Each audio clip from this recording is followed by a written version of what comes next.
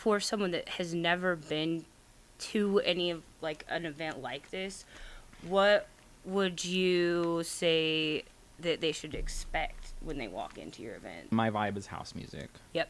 So my idea was basically to give them house music, and I know it's a young crowd, so I know I want to be pop forward. I want to be sing-along forward, remix forward. I want there to be recognizable music that the crowd knows. Yep. So they can sing along to. I want to give them what they want, and then also I want to give them some of my knowledge as a DJ. I mean, I'm a curator. I made sure that I got amazing sound. I am working with my buddy now to get a stage set up. We got some scaffolding outside. We're going to do a little build. Okay. You see the lights that are right here. That's my disco ball up there. Sick. That is the actual disco ball that's in all of my flyers. Okay. Look, it's not Coachella.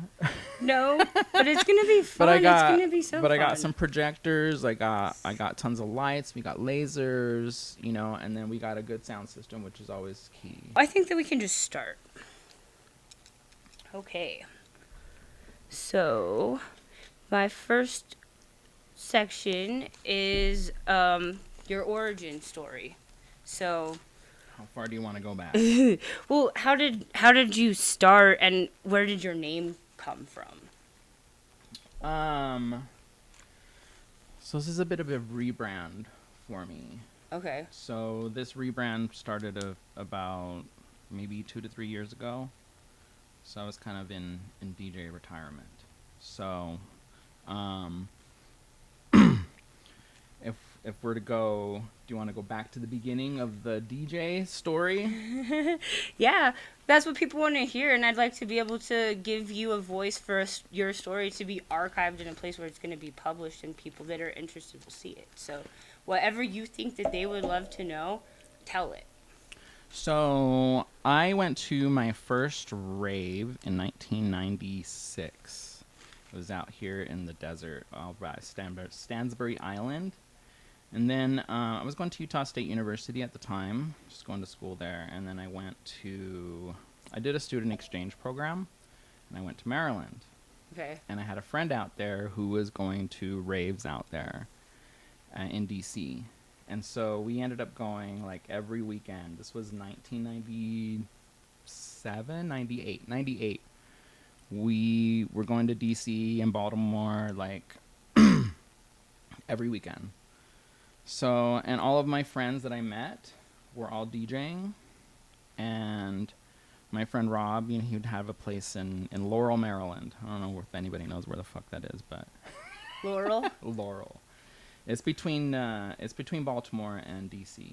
Okay. So we'd go there, and he'd have like turntables, records, and we'd be up until the wee hours listening to music, and I just fell in love with this whole house music scene, and I mean we were listening to all sorts of stuff, trance, breaks, and then it came time when I needed to move back to Utah, and I decided to start DJing myself. So I bought my turntables in 1999, and then I had my first gig at Bricks, so it's Club Sound. The old Club Sound used to be called Bricks. It's been through a few names in the venue. Okay. So I got my start there in about the year 2000. And really just kind of progressed through there over the next 10 years, 15 years. I don't know. Everybody takes breaks from things, So totally, there's times when I didn't have like anything consistent, long periods of times, and so yeah, Bricks. In 2008, we did a club called Babylon. That was our first attempt at doing our own gay night, and I had a hand in 180. I was a resident DJ at all these little spots. Okay. Yeah. And so, over the years, I've played at all the clubs that were around back then. Bricks, Metro, the Trapdoor. Okay. The only one that I didn't play at was the Sun Club. I don't think I've ever played at Triangles either, which is weird. Well, maybe we should change that. Maybe. But So yeah, and then I went through some shit, and as most people do, and I took a long time off. And so now this is a bit of a rebrand for me, so I come up with a new name. So before, the name was DJ Poncho, Pancho. And then I don't know, like, it's funny because that name kind of came from my friend Sarah, who always thought that I looked like Eric Estrada from Chips. And I was like, I hated it. I hated that name. But when I was looking for a DJ name, I was like, fine, we'll just go with that because I couldn't think of anything It better. has a pretty okay ring to it. I like it. It's fine. It has to sound good when they yell it out loud. But it was time. It was time to move on. Okay. So I was like throwing around names. I had thrown around the name Cisco Estrada because, you know, Eric Estrada, whatever. Yeah. I was like, Cisco Disco. I'm like, well, I'm old now. I don't know. I think it, over like a period of maybe like 6 weeks, it finally I was just playing around with names, and then this one just kind of made sense. You know, and that, well, Disco Papi was the one that I wanted, and then it was taken on everything. So we just put the in front of it, and we're fine. Perfect. Love it. So that was a long story to get to how I got my name. Well, I liked it because it actually answered some of the questions that I had in here, which was kind of why I sectioned it that way. I put like multiple questions in that section, and I was like, okay, let's start with one, and maybe if some of them get answered, then we'll round back to the other things we missed. Because there were a couple things. Let's see. Where did the name come from? Oh, yeah. What made you want to build a queer dance night specifically? Well, it's something that I know how to do, that I've done before. And so I think that I just kind of have it in my blood to do this, you know, through just the years that I've done it. And, you know, as part of this rebrand, like, I always knew that I would have to throw my own event in order to build this brand that I'm trying to build. And, you know, because the reality is nobody knows who I am, nobody gives a fuck. And that's fine. It doesn't get in my feelings. It's just reality. So, and one of my friends a long time ago told me, if you want to get booked, throw your own party and book yourself. So that always stuck with me. And so, you know, when I started this, I was like, okay, well, that's what I'm going to have to do eventually, you know. And so that's kind of what I've been working towards for the last couple of years. So since I moved into this place, I built this. Excuse me. And so I was always kind of just looking for the right opportunity, the right moment. I was not trying to force anything. I was having a hard time reaching out to promoters, not because of them, but because of me. I felt like I was just begging for slots, and, you know, I'm 20 years in on this, you know, so I'm like, okay, how do we do this, you know? And I knew last year we did a little party. I did a little rooftop party at my friend's house. We recorded it. We put it on YouTube. It looked amazing. We had like 20 people there. The vibes were great. The very next weekend, I did the Utah Pride Festival. So it was my first big set in like 10 years. So, and that was great. We recorded all that. So those are all on YouTube. And and so this year I just wanted to do that again. And so, you know, I went to them and asked them if we could do the patio again. And they had just done some remodeling, so it just wasn't the right time for them. You know, it's my friend's place, so I can't. Oh, yeah. So I was like, great, well, what am I going to do? You know? And so I started making phone calls, and, you know, I had done a set over at the Masonic Temple for the Utah Pride Center for the Halloween Ball. Okay. And so when we did that, I met the director there at the Masonic Temple. We hit it off. She gave me a tour of the whole place. And was like, I'll just call her and see what's up, you know? Yep. And so about maybe 30 days ago, I called her up and she's like, hey, well, we've been looking for somebody to partner up with. So that was her and Psychedelic Rocks, which is Odd Lake City Market. Mm. Yeah, so they were looking for me. Yeah. And they're like, we want to do this is the time frame. You know, we'd like to do an event on Saturday, June 6th. And I was like, oh, that's in 30 days. Yeah. Okay. Oh, okay. They gave you that little wow, okay. So we met each other pretty shortly after that you started like promoting it then. Yeah, honey, my Instagram had 26 followers 3 weeks ago. So it's just been... Wow, you've been popping up. It's just been in the last, like, 3 weeks that, you know, going from 0 to whatever we need to get to on Saturday, you know? Yeah. So... That's so awesome. It's fun. It's exciting. Promoter life is Yes. great and stressful. Well, okay, because it kind of leads to the last question I had for this section, which was there a moment where you realized, oh, this is becoming something real? I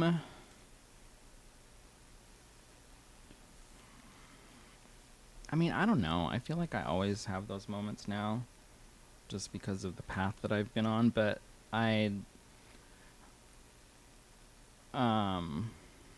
no, I just feel like it's always been real, honestly. Okay. Yeah, like Just continuously. It's not this one epiphany moment.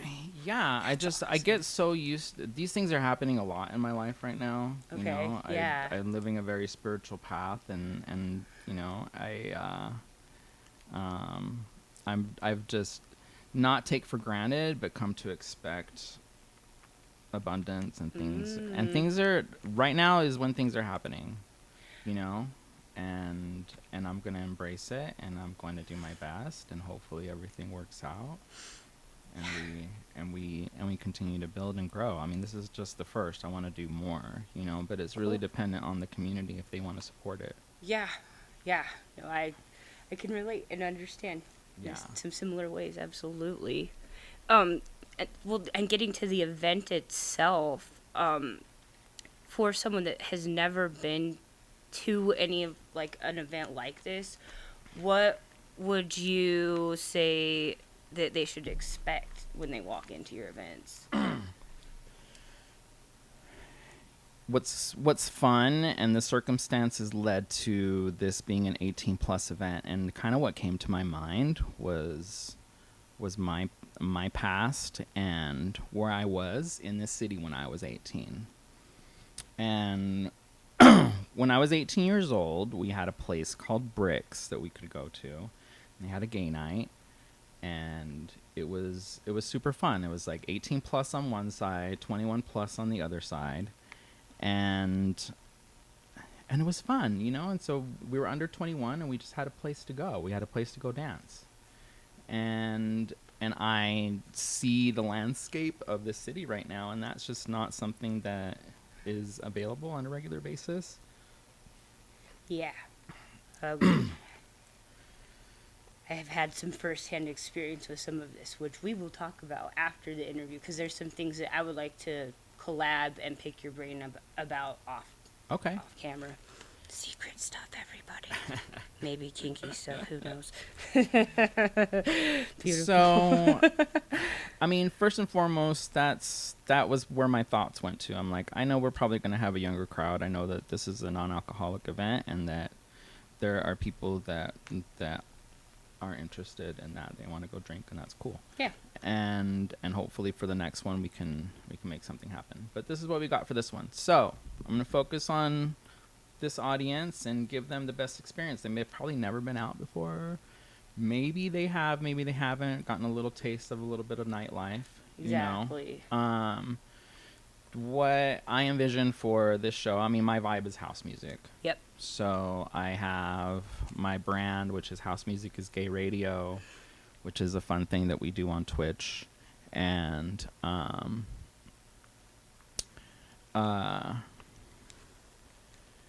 so my idea was basically to give them house music, and I know it's a young crowd, so I know I want to be pop forward, I want to be sing along forward, remix forward, so my vibe is I want there to be recognizable music that the crowd knows. Yep. So they can sing along to, and that's, Yeah. I want to give them what they want, and then also I want to give them some of my knowledge as a DJ. I mean, I'm a curator, so and what I'm really asking for is for trust. I'm asking this audience to trust me on this journey, and for one night, and that's a lot to ask. It really, really is. To ask the community to trust me, like, hey, come to this, trust me, and you will have a great time. And so I made sure that I got amazing sound. I am working with my buddy now to get a stage set up. We got some scaffolding outside. We're going to do a little build. Okay. You see the lights that are right here. That's my disco ball up there. Sick. That is the actual disco ball that's in all of my flyers. Well, your boy has some stagehand experience, so maybe if you need an assist, we can talk about. We're setting up on Thursday night. We did a little practice here in the alleyway. Okay. And so yeah, I mean, look, it's not Coachella. No, but it's gonna be fun. But It's gonna be so fun. I got some projectors. I got tons of lights. We got lasers, and then we got a good sound system, which is always key. Yeah, for sure. So this isn't all of it. Which you literally, as you spoke, naturally answered every single one of my questions for that section in order. So it's like you. I mean, and the other layer on top of that is the live stream layer. Yeah. And that, obviously, that's what we're doing right now. So I got a little practice doing it. So for me, this is second nature now. It's just easy. It's ready to go. Good. And so all I have to do is put it in the building that we're at, and we're ready to go. Beautiful. And kind of the idea there is that I want to document the experience for myself so that I can put it on YouTube later and give people that music. And I mean, I just don't I don't see this being done a lot. No. So I've built this as a video first brand. Okay. Yeah. So everything, I try to record everything that I possibly can, and honestly, it helps with content because if you're always on, then it just kind of becomes second nature. You can just clip stuff out later. Seriously, I do exactly the same thing. It makes content a lot easier. Yeah. Because that's no fun. That's the worst part of it, honestly, is making content. And you spend 4 hours making a reel, and it gets like 100 views. I'm like, Don't we know it? That's okay. We just keep trying. Sometimes they snap off, and you're like, that one was the one that everybody liked. I mean, okay. Right. Fair. I had one viral reel, and it was just me recording everybody's reaction at a Super Bowl party. Okay. For the gays when Lady Gaga showed up. And everybody freaked out. I mean, I could see that being entertaining to people. I like that. That's good. Good stuff. Oh, beautiful. I have some other questions about the artists that are going to be there, because you're DJing that night, right? Yes. And is it just you that night, or are you having more than one DJ? So this is our lineup. Yes. Funny you should ask. I know, it's almost like it was scripted. Everybody. Yes, I will repost this for you for sure. Oh, and what I was going to bring up about you saying you were going to document it is that I plan on being there to film with my little camcorder and take Polaroid pictures too. Cool. I would love that. Great. Perfect. So we will be documenting it and we'll be having fun together. And is this for me to take with me, or you can if you'd like? Yeah, I will. If it's okay, maybe I'll post it with some of the spots where I post my posters. Sweet. Please do. Yes. Okay. So yeah, this will all be on both of our social media. You already have it, but I haven't posted this yet. So, I'll So do that this is the later. actual disco ball. This is not a stock photo. Yeah, I saw the video that you made earlier, and I was Oh, like, did "This you? is It yeah." got That you posted up? posted I the video forget. because I was like, I just "Oh yeah, scheduled that's it. cool that you have like the live motion version of the still poster." So I'm glad saw that this you. morning. I'm glad that you recognize that. I always wonder if anybody's paying attention. So I appreciate that you're paying attention, which is amazing to me. Well, it looked good. I liked it, and I was like, "Oh yeah, that's a really nice touch to do something like that sometime too." So let me go over the DJs first. Yes. So we got DJ Justin Hollister. So Justin's a really good friend of mine. I've known him for a very, very long time, but we won't age us. But, well, maybe I will. Sorry, Justin. I mean, Justin's been he was a resident DJ at Gossip at Club Sound at Bricks, the place that I Okay. told you about Yeah. where was the 18 plus club. So, so he's kind of been along this DJ journey with me over the years, you know, and so right now he's the resident DJ at Alleged in Ogden, does some open format stuff there, and I know that he just kind of wants the freedom to be able to play a little bit of what he wants to play for the gays, you know, and so I'm excited for him. So I wanted to. He's such a good DJ, and I just wanted to give him. I wanted to give him the closing spot. Oh hell yeah! Okay. So That's the best spot. yeah, I want him to close the night, and I think it's gonna be awesome. And then I'm gonna be the one playing right before him. So you know, I got that house music vibe, and I've been working on a little remix, Ooh.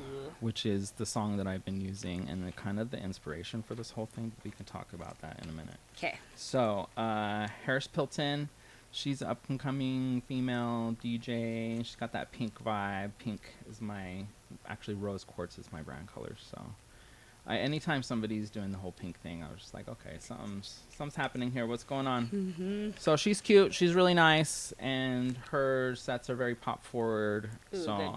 I'm really excited for her, and she's really excited too.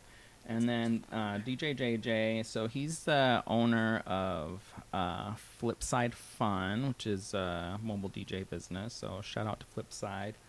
And yeah, JJ plays a lot of pop forward as well. So I'm really excited. He's playing at Milk on that Friday. Not the 22nd. On the 5th. Oh yeah, okay, that's right. So he'll be I at think I'm Milk. going to that one too. Oh, fun. I'm gonna try to. I don't know yet. We'll see.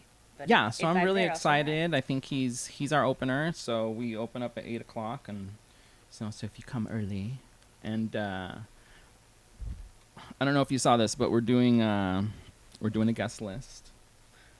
Yeah, I saw your story.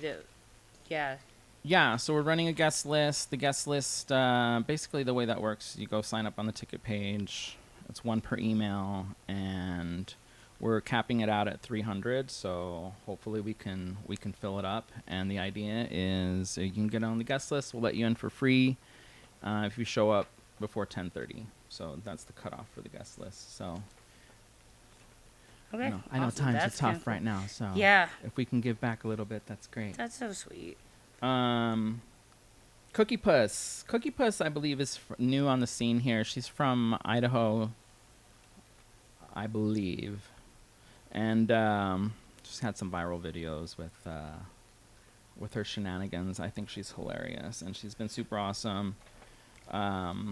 Sophia Azul is amazing. I remember a performance that she did for us around Halloween. She did Ursula, and it was epic. It was iconic. That sounds bad. So, so I love her. White Chocolate. I have not seen White Chocolate yet, so I'm excited. She's super cute and she's super funny. Nice. From what I can see on her Instas. So I'm excited, and kind of the way that that I have that set to work is that in between each of the DJ sets, we'll transition to the drag shows. So we'll have 2 performances after each DJ set. Gives us kind of time to switch everything over if we need to, and then we'll have a couple of performances, couple of words, and then we'll get back into the music. That's kind of the the vibe there. Okay. So we'll have 3 sets of performances. So the first one will be at 9:30, and then the next one will be at 11, and then the next one will be at 12:30. And I don't remember who's going where. That's too much for me to know right now. Yeah, that's a little bit more in the future. I probably happen. have it written down somewhere. I don't know. Well, we'll find out. It'll happen organically. Right. Let's see. Oh yeah, speaking of that happening that way, when you're doing work like this, what is it that gets exhausting, and how do you kind of navigate that? Because it's a lot.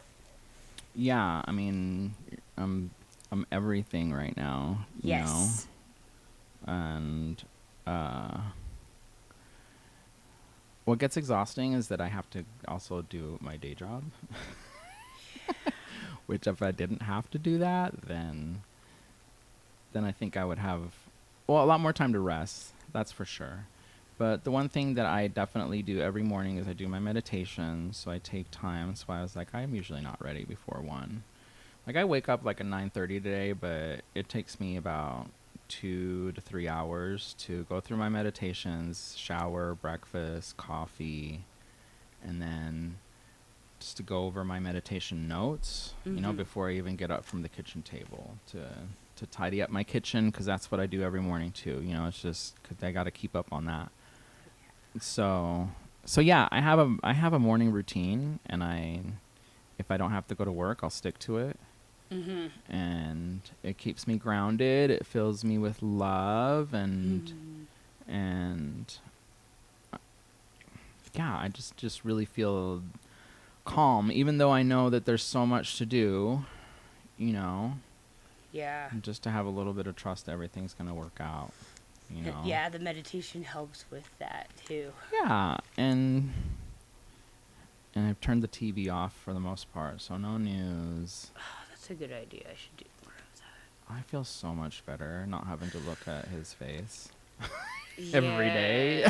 Yeah, there's this level of like being informed versus like, okay, now this is starting to mess with me feeling good. Yeah, it's a reality show and I'm not interested. Yeah, fair. I'm feeling that vibe myself. Yeah, honestly, and that's kind of like, that's the whole idea here, is like I'm trying to create a different signal than what's out there right now. Yeah. You know? Oh yeah, that's me too. And this signal is love. It's house music. It's gay as fuck, because I don't give a fuck. Yep. And you know, my vibe is kind of spiritual too, but I'm not going to be preachy with people, right? There's certain rooms for those things to, and or you know, spaces, people. Yeah, wanting I feel like I do it more on a subtle level through music and through myself, you know. Yeah. Give out that vibe. Yes, you're like answering the questions I wrote down so organically. It's like you Really? read my notes. I That's why I was do. like, "Do you want to try this?" See, and this you already just knew. This is what happens when you're with me. Everything just lines up. I love it. This honestly, it's kind of what happens with me too, in a certain way. Different, but I get it for sure. Speaking of that, if someone were to take the perfect photo of this event, what would it capture? Well, I hope it's a video. Well, yeah, or video. The perfect photo would be somebody having fun or lots of smiles on everybody's faces. That's what I like to see. I have an iconic picture of an event that I had, and we had confetti going off. So I have all these confetti cannons that have been sitting around for a minute, so we're gonna bust them all off. But I remember we busted off the confetti cannons, and just like the joy on people's face, like you can look at the picture and there's just like, you know. Yeah. Oh, for sure. And it's that. Okay. Oh, I absolutely know that. I would say that I feel the same way. I made my group do big, huge bubbles in the park, and the absolute joy of them running through making bubbles as big as their bodies. Yeah. Same thing, like the pictures I took from that event. Yeah, just Yeah. to, and that's what this whole thing is about, right? Is to give Yeah. people moments of joy and and whether it's captured or not, Oh, yeah. But It's fun to capture it, too, though. yeah, But absolutely. just because you don't capture it doesn't mean it didn't happen. But I do enjoy capturing moments like that. It's like a little memento. They're fun, and so my plan with any set is to try to create that moment, and it kind of reminds me of something that I did at the Pride Festival last year. I did exactly that. I brought some confetti cannons and we blew them off a couple of times and had people gather around, and it was cool. It was so Yeah. much fun to have that moment with everyone. So Oh, that's awesome. Cause yeah, that relates to my last two questions about this section. So the first one is there anything that you want people to know before they show up? And then the second one is what do you want people to leave with after the night is over? I mean, I don't know. I don't know how to answer the first one because it's like, what do they want them to know? I don't. I mean, I don't really. I'm not really asking people to know anything. I'm asking for their trust, like I told you before, Mm-hmm. and that's really the only thing that I can. Because really, like, it's kind of. I know maybe it sounds a little bit magnanimous or whatever, but taking a leap of faith to go to a new event, somebody you don't know, Yeah. and you're literally going into the unknown, and so you have to have a little bit of trust and to be able to do that. Yeah. So, so that's why it's kind of hard to answer that question, but coming out, like, I hope they experience the vibe, experience some good times. Maybe they meet someone and have their little dance floor moment. That's what I live for. Yeah. Me too. Beautiful. Okay, I have a couple closing questions for you. So, these are kind of promo questions. Like, what are you having? Like, what do you have planned next? And where can people find that information? I I don't have anything planned. Okay. I would, and it's really dependent on the community if they support this, if they want this. Oh, okay. Yeah, yeah. If they want it, then they'll support it. If they don't, then they won't, right? So, hopefully we've created something that people want to come to, and if we can, then we can do it again. I mean, I think we've been throwing around an idea of doing something around back to school. Literally, I've been wanting. That was the thing I wanted to talk to you about after this. Was Yeah. yeah, that's the fourth issue of the magazine is themed back to school, and I wanted to do a back to school house rock night, and I had been working with some people to plan it, but those kind of fell through. So Yeah. if that continues forward, I want to be a part of that if that is something that aligns. Yeah, well, we can chat. I mean, obviously, Yeah. I haven't really gone farther into any future ideas. I love doing this stuff. I mean, you'd have to be nuts if you didn't, Right. because it's a lot of work, girl.